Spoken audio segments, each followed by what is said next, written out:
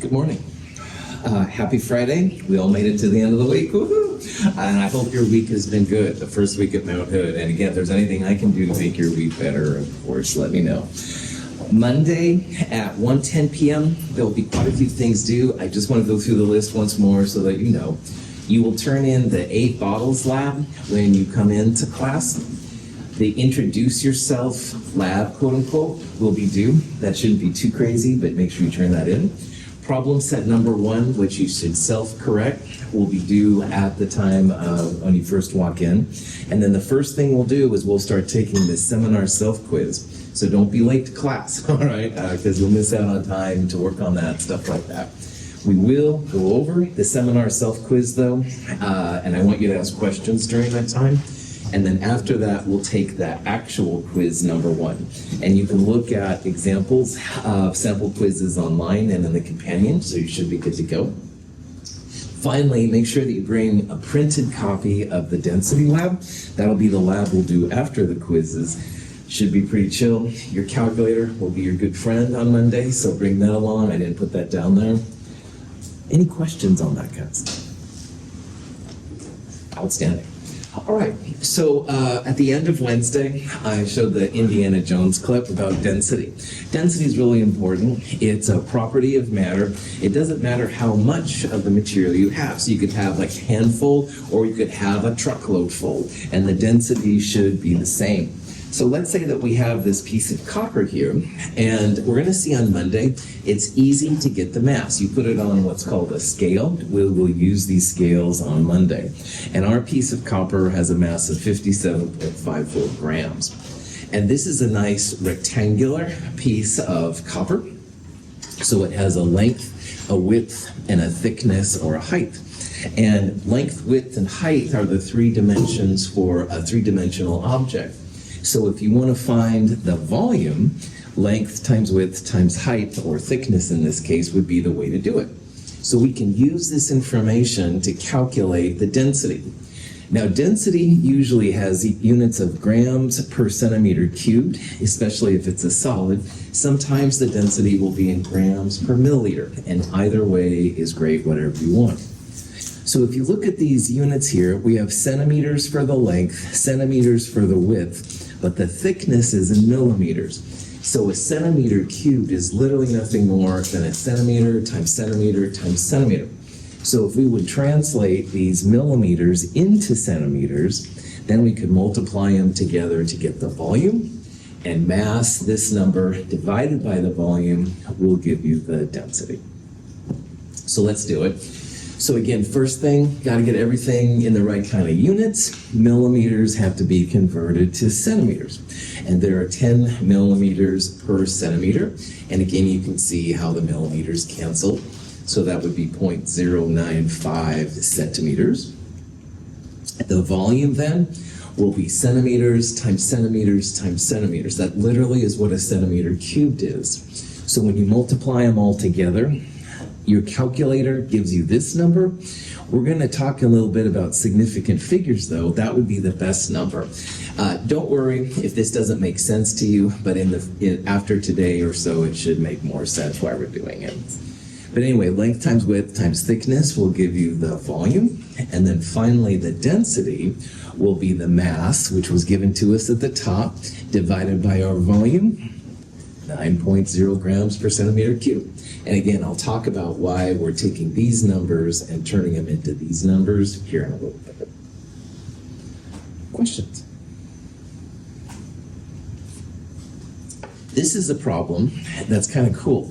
It uses what's called the Archimedes principle. If you have an object which has nice, well-defined length, width, and height, you can do the trick we just did, multiply them together to find the volume. But darn you, Mother Nature, a lot of times the objects we're given don't have nice length, widths, and heights. So, for example, most rocks don't have nice length, widths, and heights.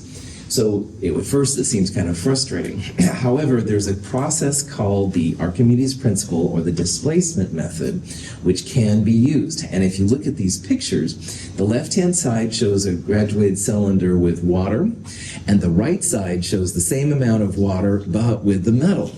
And notice how when this piece of metal was dropped in, the water level went up. So it went from a volume of 10.0 centimeters cubed or milliliters to 22.3 centimeters cubed or milliliters.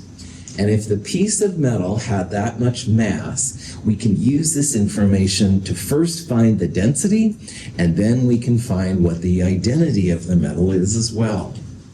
So this is a different kind of process, and it works really great if your metal doesn't have nice, well-defined edges, which honestly is amazingly common. So at first it might seem kind of weird to try and figure this out, but it's not too bad because volume is additive. If you add 4 milliliters of Diet Coke to 5 milliliters of coffee, you'll end up with a weird mix of those two, which sounds nasty. But anyway, it would be 9 milliliters, 4 plus 5, all right? They add together to figure it. So the metal plus the 10 centimeters cubed of water gives you this total volume. So if you take the total volume of both things together and subtract, for example, the water, you're going to have just the volume of the metal. And that's what we're going to do. So 22.3 minus 10, or 12.3, that's going to be the volume of the metal. So if you take the mass then, 33.2, you divide it by the difference, water plus metal minus water essentially, that's going to give you the volume of just the metal. The number that comes out to be 2.70. And if you look at this list, that means that this one's going to be aluminum. Now, Archimedes apparently was in his bathtub, and he placed himself in there, and the water level went up, all right? He thought, because at the time, they were having a problem with people trying to pass off fake gold as real gold. And fake gold, which is an iron pyrite or something like that, roughly 5 grams per centimeter cube, and gold is closer to 19 or 20 grams per centimeter cube. So if you could see the difference in the displacement, you could actually figure out then which one was real gold versus fake gold. Apparently he ran around town with a towel saying, "Eureka!" Don't do this at home, kids. Anyway, this is a G-rated class, so don't let your imagination go too crazy here. However, the Archimedes principle is what this is called. So, questions? All the elements have different densities. You can see there's kind of a high point right around there. Osmium and iridium are always competing in the science world for which element is most dense. And for a while they'll say it's osmium, and then they'll say it's iridium, but then they have a better version of osmium, blah, blah, blah. I don't know, but they are very dense. Those metals, roughly 22 grams per centimeter cube. Those are the most dense elements known. Water is roughly 1 gram per centimeter cube, so it's a lot less dense than most of the metals. Excuse me. Here's another kind of problem you might see. If you have mercury and you ever feel a sample of mercury, it's amazing because you think, oh, it's a liquid like water. No, no, no, it has a lot more mass.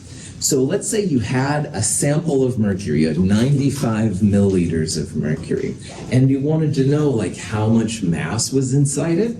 You can absolutely do this using the density, okay?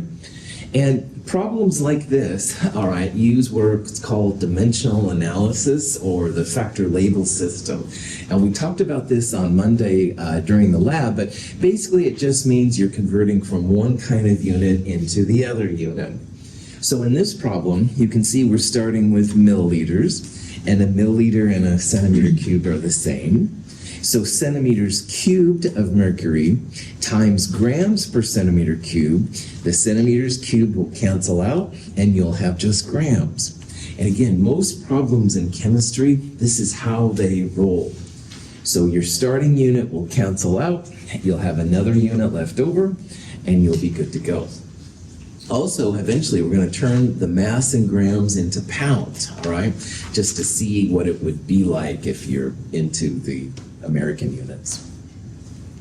Okay, so a centimeter cubed and a milliliter, same thing, all right? You can translate one to the other. So even though I wrote 95 milliliters right there, I'm going to write it 95 centimeters cubed because that's the units of the density. And of course, alternatively, you could call this grams per milliliter. That would be legit too. Regardless, centimeters cubed divided by centimeters cubed, they cancel out. The only unit left is grams. You end up with 1,300 or 1.3 times 10 to the third grams. And again, I'll talk about here in a little bit why we're not using the calculator's answer coming up. Any questions on that?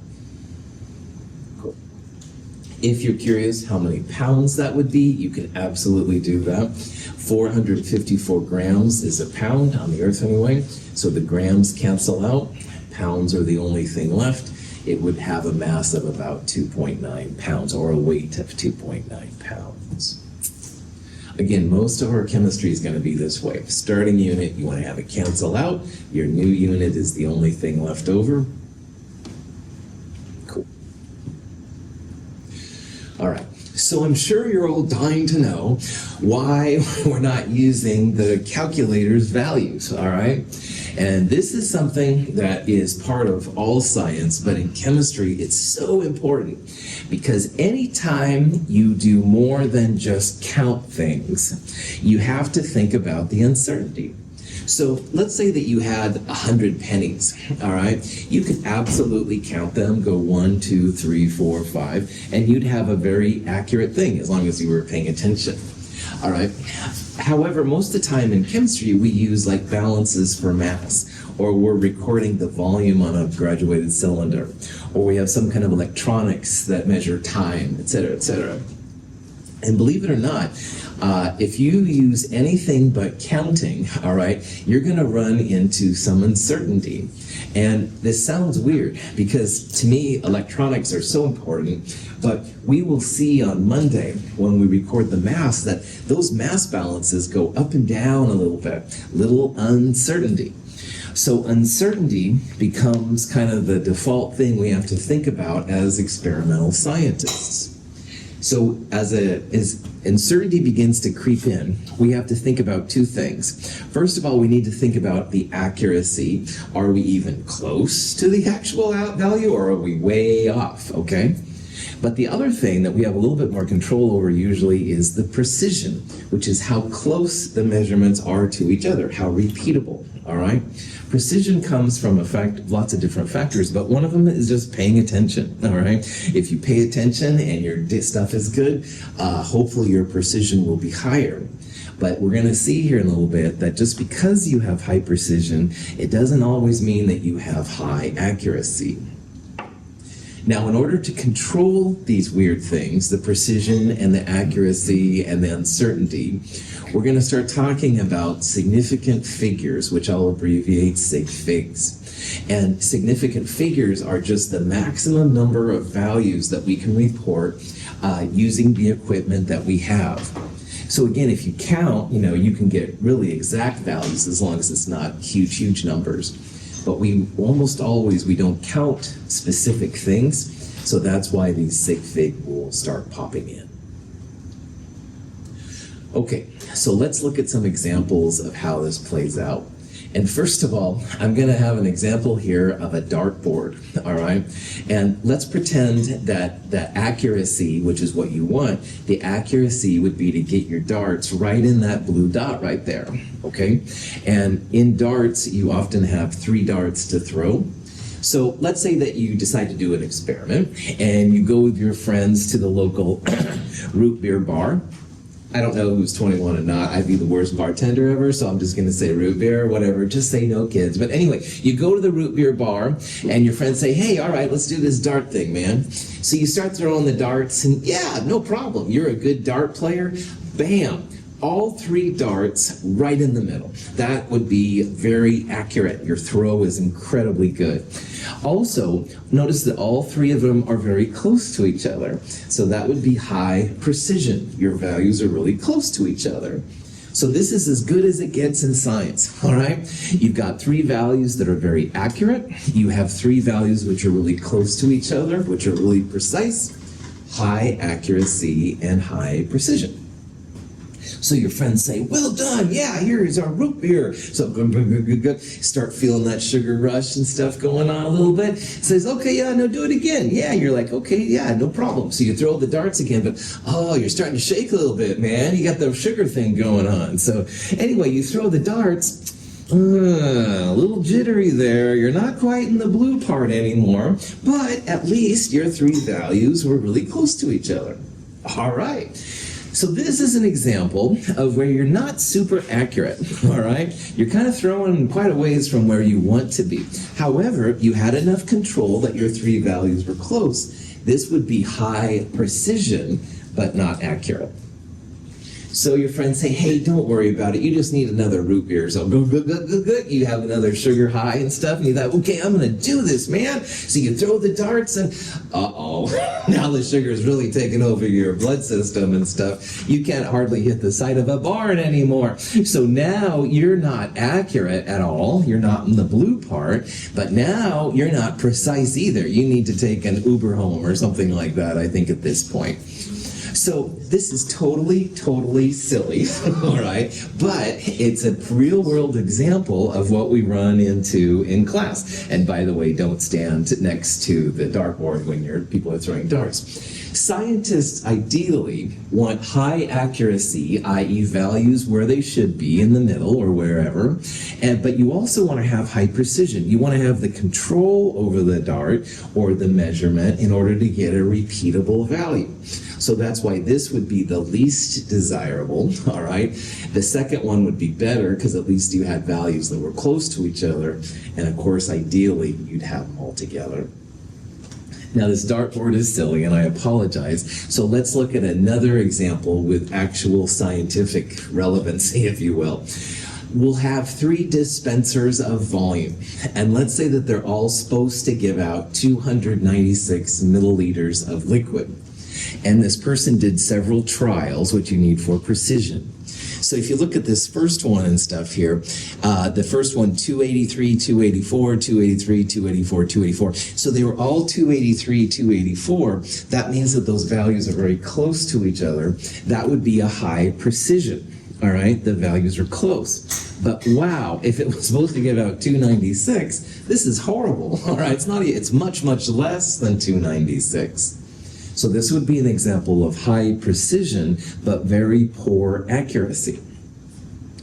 The second one, 298 is a high, there's a 297, there's a 293. So you can see that all these values go plus or minus 296, but if we averaged all of these, it would probably come close to 296.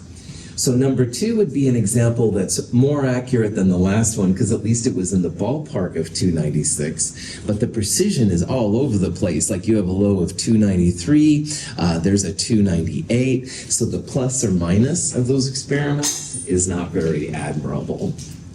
On the other hand, the third one, check this out, 296, 295.9, they're all right around there. Okay, so that would be high accuracy and high precision, and that's what scientists always strive for. So if you know what the value is going to be, you can find out how accurate you are or not. But at the very least, even if you don't know what the value is, you at least want to have them be close precision. But precision doesn't always mean accuracy. These values over here were precise, more or less, but they weren't very accurate. So you always have to be just a little bit careful. Now in the lab, and this is going to be more in Chem 222 now than Chem 221, we measure accuracy, through percent error, and we measure precision through something called parts per thousand. And after the class was rearranged, I don't think we're going to do these in Chem 221 so much, but in Chem 222 we'll hit them. So if you're going to take Chem 222, just let these parts get in your brain. We'll talk more about them next quarter and stuff if we do it. Likewise, I'm just going to show this slide right here. You don't have to worry about this too much. This is an example of a parts per thousand, which is a measure of precision. This is a measure of percent error. The smaller the percent parts per thousand, the better the precision, so that would be a good precision. The smaller the percent error, the better the value. But again, for right now, just kind of know it's there. We'll do more of this next quarter. But one thing we still need to address, even in Chem 221, is just how to take measurements. And that might seem stupid, I understand, but this is something that's very relevant. So for example, let's say that we were going to have this graduated cylinder value right there. Now, if you look at this, I think we can all agree, if you look at it carefully right there, there's like 15, 16, 17. That's no problem. It's definitely less than 18, all right? But the question is, what do you call it, all right? Is it 17? Is it 18? Do we call it 17.5? Do we call it 17.4? What number do we use? And it's a very fair statement. It's something that you probably don't think about in class normally, but it is something that in the chemistry world we need to deal with. So this is where significant figures come in. I think we could all agree here that this is more than 17, but less than 18. So the 17, I think we all have a good idea that would be legit. And in chemistry, you always report the digits one more. You always want to have one experimental value that you're not too sure about. So for example, when I look at this, I think this is about halfway between 17 and 18. So I would probably call this 17.5. But Ryan might say, hey man, no way. This looks more like a 0.6, all right? Cool, 17.6. And someone else might say, no, that looks like 17.4 to me. There's always going to be a little plus or minus in that last value. This is the joy of experimental science. So I think we all agree on the first digits, but that last one, a little uncertainty in there. We're not too sure. So let's talk about then some rules as to how you would report the number of significant figures. This is a 3 sig fig number. The 1 and the 7 we would all agree on, but the 5 you might have a different number, and that's okay, all right? There will be a little uncertainty in this last one, a little bit of plus or minus. So you always report the known digits and then one digit where there's a little uncertainty, okay? And again, if we all recorded this, there would be plus or minus. We all would have the little bit different values in there. The total number of numbers is the sig figs, all right? And that includes that doubtful digit, that last one right there. The doubtful digit might be at the tenths, which is what it was right now. It might be at the thousandths, but it also might be in the hundreds. It just depends on the kind of experiment you have. So knowing the number of sig figs is something that's pretty important. If I gave you a number that was 65.07, this would have 1, 2, 3, 4 sig figs, the 6, the 5, the 0, and the 7. But that last one would be the doubtful one, little uncertainty. So you record 65.06, no problem. 65.08, not a problem. You want to get as close as you can, but it will be open to interpretation. This number has a lot more digits to it. This one has a lot more sig figs. So this has 1, 2, the 5 and the 4, 3, 4, 5 to the 3, 6, 7 to the 8. It has it has 1, 2, 3, 4, 5, 6, 7 sig figs, yes. And the 8 there is the last one. That would be the doubtful digit. There'd be some plus or minus. So. Questions on that? Okay. These parts are pretty easy, but sometimes the zeros can be the troubled children. So we need to go through, honestly, some kind of boring numbers that talk about zeros and if they count as sig figs or if they are just placeholders.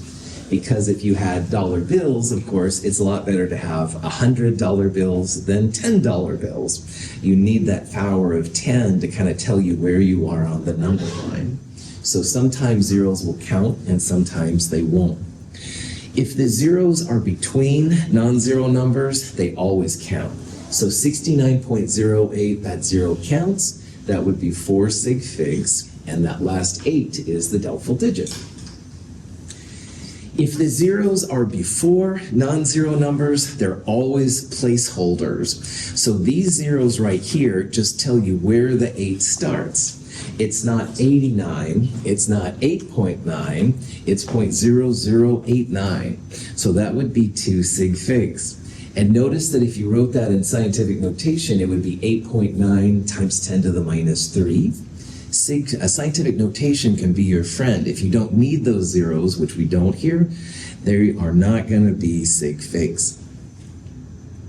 Now, zeros after a non-zero number and after the decimal are significant. So 2.50 and 25.00, if I gave you those numbers, they would be significant. And I like to think about these numbers here as like chemists are lazy, all right? I would rather write 2.5 and I would rather write just 25, but instead I'm offering you these other zeros for a reason. And the reason is, if you think about 2.5 versus 2.50, 2.5 would be somewhere between 2.4 and 2.6. But 2.50, oh boy, would be between 2.49 and 2.51. So it's a smaller uncertainty. That's why the zeros can be really important. So if the chemist includes a zero like that, there's a reason for it. It shows that it's a little bit better, plus or minus and stuff, than if you didn't have the zero there. Now, zeros at the end of a value, but after a non-zero and before the decimal, do not count unless there's a dot. So notice here we have 1500 with no dot and 1500 with a dot. Oh boy, 1500 with a dot means that those zeros count, all right? So 1500 with a dot would be like 1499 to 1501.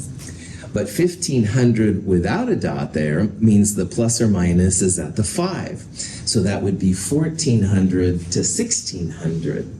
So this is where the joy of the experiment comes in, and we're trying to keep those sig figs going. Sometimes they will be zero. That's where these weird little dots like pop in, so.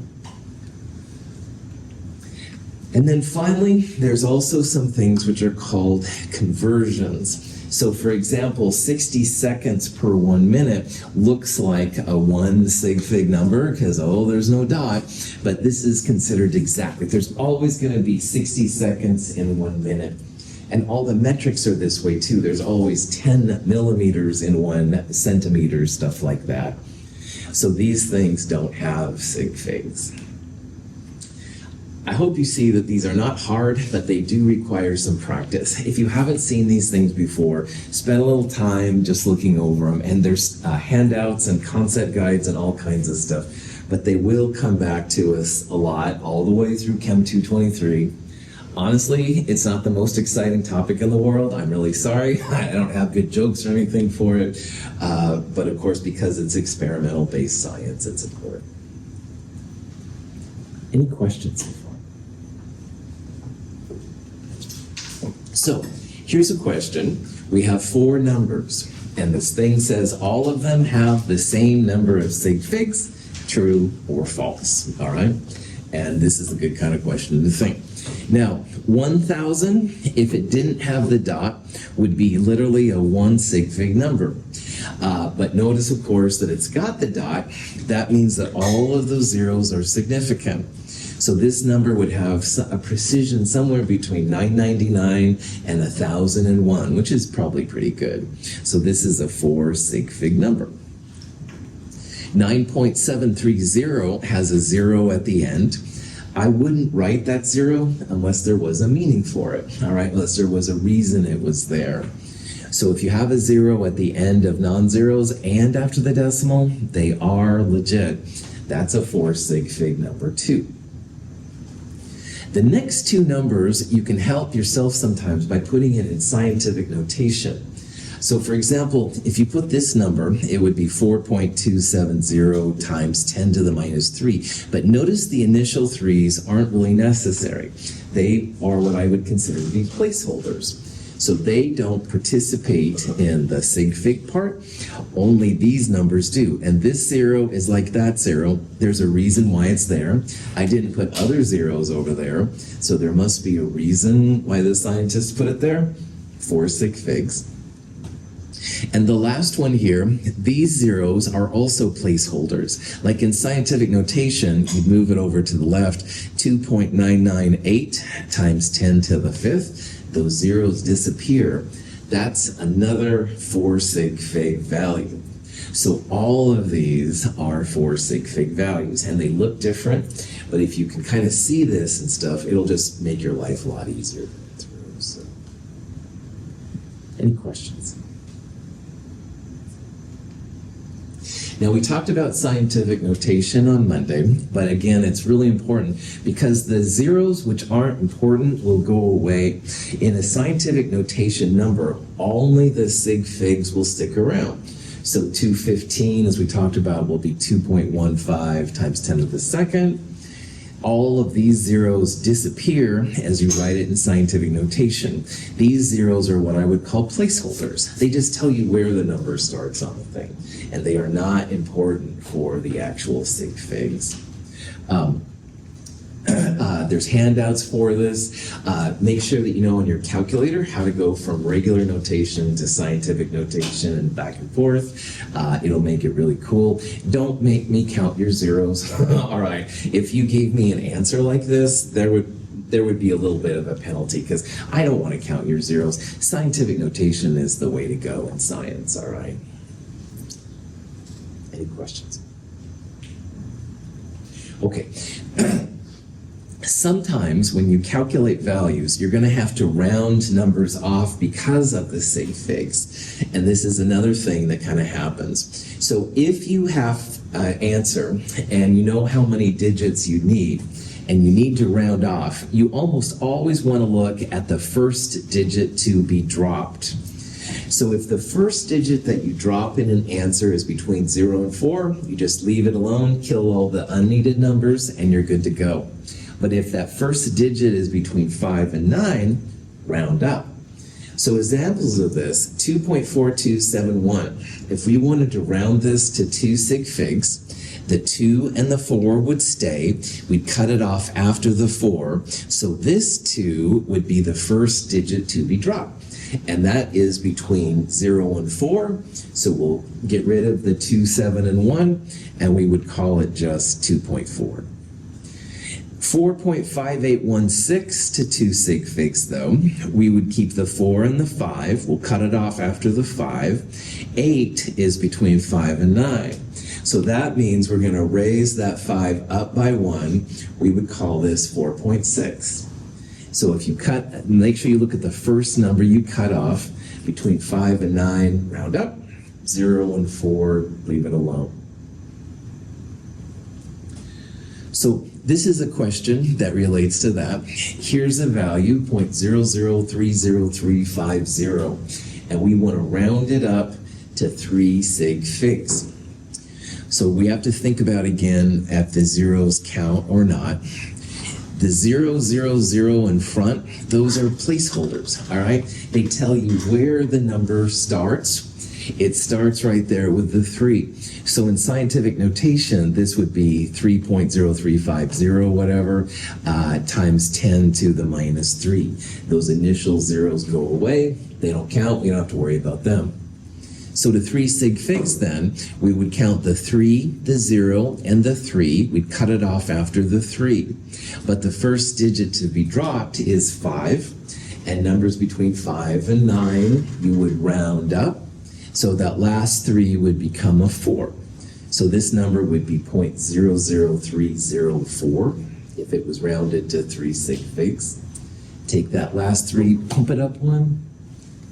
By the way, if you have a number like 2.44999 and you want to round it to 2 sig figs, even if all the other numbers are really big, this is the only one you look at. All right, you ignore all of these. So 4 would be between 0 and 4. You wouldn't round up, even if you had 99999.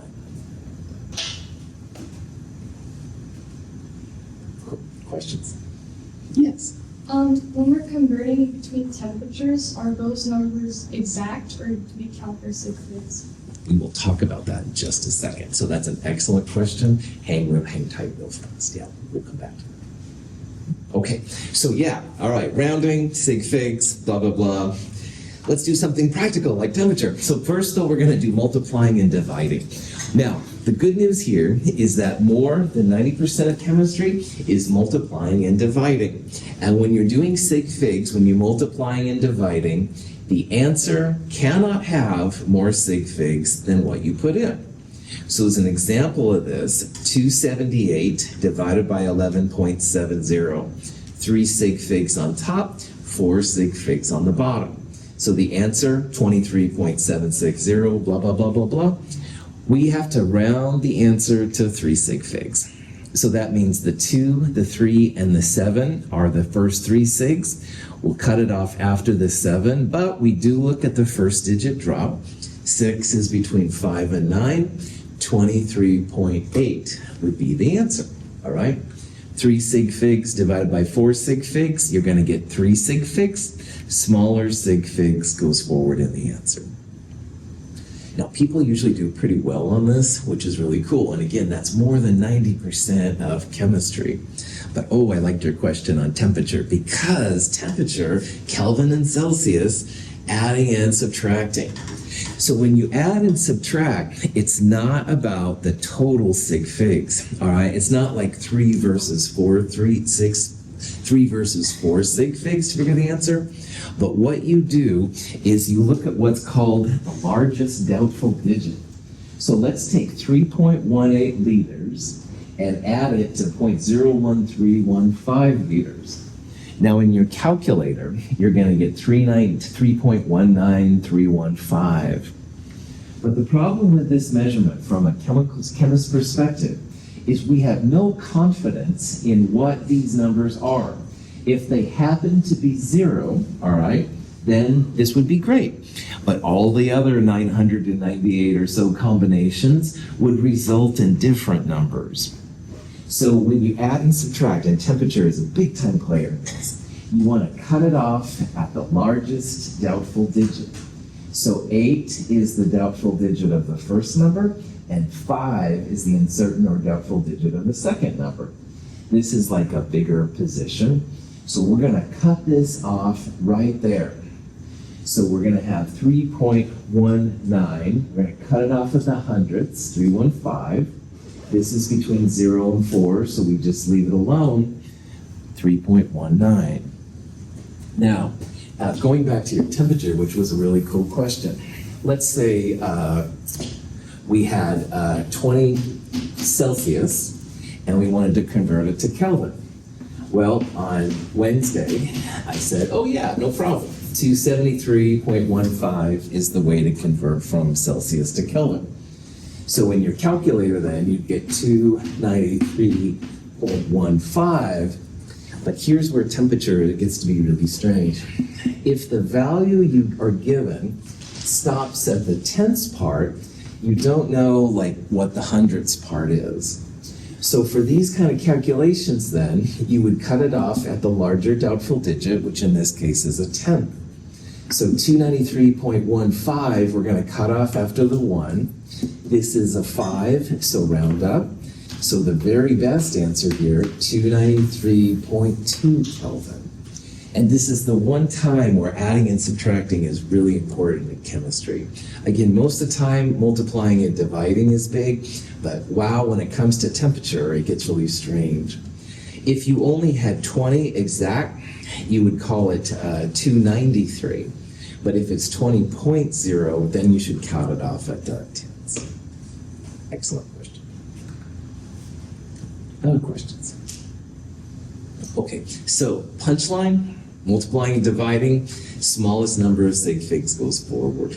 Adding and subtracting, it's about the biggest doubtful digit, all right? Sometimes you'll end up with more sig figs than you started with, and sometimes you'll have less sig figs.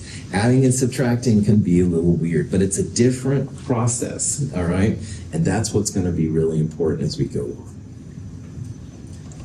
Any questions? When you convert factors, remember that you can write these in all different ways. This is the conversion factor between centimeters and inch. Sometimes it's listed this way, but you always have the right to write them both on top and flipped, if you will. So you could write this as 2.54 centimeters per inch or 1 inch per 2.54 centimeters, and they're both fine. There are some exact conversions. So for example, 60 seconds is a minute. All the metric conversions are exact. But most of the time, the conversion factors themselves will also be suspect to sig figs and stuff like that. We'll use density here a lot coming up. We'll also talk about things like molar mass, and those are all sig fig values. All right, so sig figs become pretty important as we go through the class. Again, converting from one to the other, it's pretty chill. Start with one unit. Make sure that your conversion unit cancels that unit in order to get the desired unit. So in a question like this, we want to convert 34 inches to centimeters. Centimeters is going to be our ending unit, all right? And we got to get rid of the inches somehow through an inch to centimeter conversion. Again, most of chemistry is this way. You start with something, cancel the units, you've got centimeters left over. Cool. Okay. Once in a while, in chemistry, we'll see what's called a mass percentage. And a mass percentage means that if you had, for example, 100 grams, then those percentages will be how much of the different elements you have. And we'll talk about water has hydrogen and oxygen, so many percentages. In this example, let's assume that we have 100 grams of some substance, and it was 30% and 70% lead and oxygen. Well, that would mean in 100 grams, you had just 30 grams of lead and 70 grams of oxygen. So if I see percentages, I usually think in terms of 100 grams. But you don't have to do it that way. So for example, in 1 gram, you would have 0.30 grams of lead and 0.70 grams of the oxygen. You can do it either way. I just don't like thinking, I guess. That sounds weird. Anyway, I try and do it what's easiest for me, and you should do what's easiest for you too. So percentages can be cool. For example, if you had a compound with gold, you could figure out how much gold was in your compound if you knew the percentage. This is an example of a penicillin compound. It's called penicillin F. There are several different variants of penicillin, but in penicillin F, it's 53.829% carbon. So if we have 75 grams of penicillin and we just wanted to know how much carbon was in it, we can use this percentage. And again, what I would do is I'd say there's 53.829 grams of carbon in 100 grams. But you could also say 0.53829 grams of carbon in 1 gram of penicillin. Totally up to you. The way I do it, like I said, I would use 100 grams, so I can just use that percentage as is. Percentages, though, are susceptible to sig figs like everything else. So this would be 5 sig figs as a percentage, but we were only given 2 sig figs. So in the calculator, 40.37, etc., we would cut it off after the 0. We'll put a dot there to show that it's a significant figure. Any questions on that? Sweet. Once in a while, we will see what's called a volume percentage. So for example, if you had 100 milliliters, maybe 37% was HCl and the rest was water. Well, 37% of a volume percentage would be like 37 milliliters of HCl and 100 milliliters. I don't think we'll see these in our classes, but if you do see them, you'll know what to do with them. There's the structure of penicillin. We'll talk about what this structure means in a future lecture, but it's pretty cool how scientists can figure out what they look like. Okay, so that's actually it for chapter 1. Before we start though chapter 2, I want to talk a little bit about all the different things that are at the end of most chapters, and I won't talk about them most of the time. I also have some jokes just to hopefully make it a little easier. But anyway, in the companion and online, there are several types of study guides. A study guide is literally a study guide is like a bulleted list of the things that I think that are important from the chapter. And what people have done in the past is they kind of go through it and they say, oh yeah, I know that one, I know that one, I know that one, but I'm not too sure about that one. So if you see something weird, that would be something you can go back and look at. You can talk to me, talk to the Learning Success Center, stuff like that. A concept guide is a series of worked problems that are relevant to the chapter. So from this chapter, you might see in the concept guide like things on density, calculating density, or sig figs, stuff like that. You can go through them. If they're helpful, cool, but if they don't look helpful, just ignore them. That's totally fine. Now, online, I have what I call a chapter guide as well. And a chapter guide is just a list of all the digital assets that you might want to check out. Those are online only. I don't have a cool paper version. Now, in the first section here, there is a math concept guide. I call it Chapter Guide 0. And it goes over just some kind of basic math things and stuff that kind of help you to get ready for things. Also, after each of these ending slides, I'll have a couple of things. One of them is just what I call the important equations area. And these are kind of just a summary of some of the things that I think are important from this section. So some of the metric prefixes, like we talked about, absolutely important. The density, Kelvin equals Celsius plus 273, et cetera, et cetera. So these are some other ways just to kind of get you up to speed with what's important. And then finally, I have some end of the chapter problems. And what people sometimes will do is they'll look at these questions, figure out the answers, and then on the next page, I have the answers. So you kind of make sure that you're good to go when figuring things out. Any questions on that? Okay. So I don't have a lot of time here, but let me at least introduce the first slide of Chapter 2, because honestly, Chapter 1 is so boring, and Chapter 2 is hopefully a little bit more interesting, because we'll actually do some chemistry. So Chapter 2, we're going to start talking about atoms, molecules, and ions. If modern astrophysical theories of the origin of the universe are correct, in the first few moments of the violent birth of the universe, there were only two elements, hydrogen and helium. Matter, according to science, came from the Big Bang, all right? 13.7 or so billion years ago, everything was from a really small singularity and became the universe as we know it. And according to science, all right, and you can believe your own things, by the way, if you want to, but in science, the Big Bang is where it all started. And initially, it was mostly just random protons, electrons, energy. Then they finally started coalescing into hydrogen and then helium. And even now, if you look at the abundance in the universe, hydrogen and helium are the most abundant elements. And it's amazing that the other elements are around as much as they are. It took longer to make the more complicated atoms. This is a graph that shows the abundance of the elements in the universe, all right?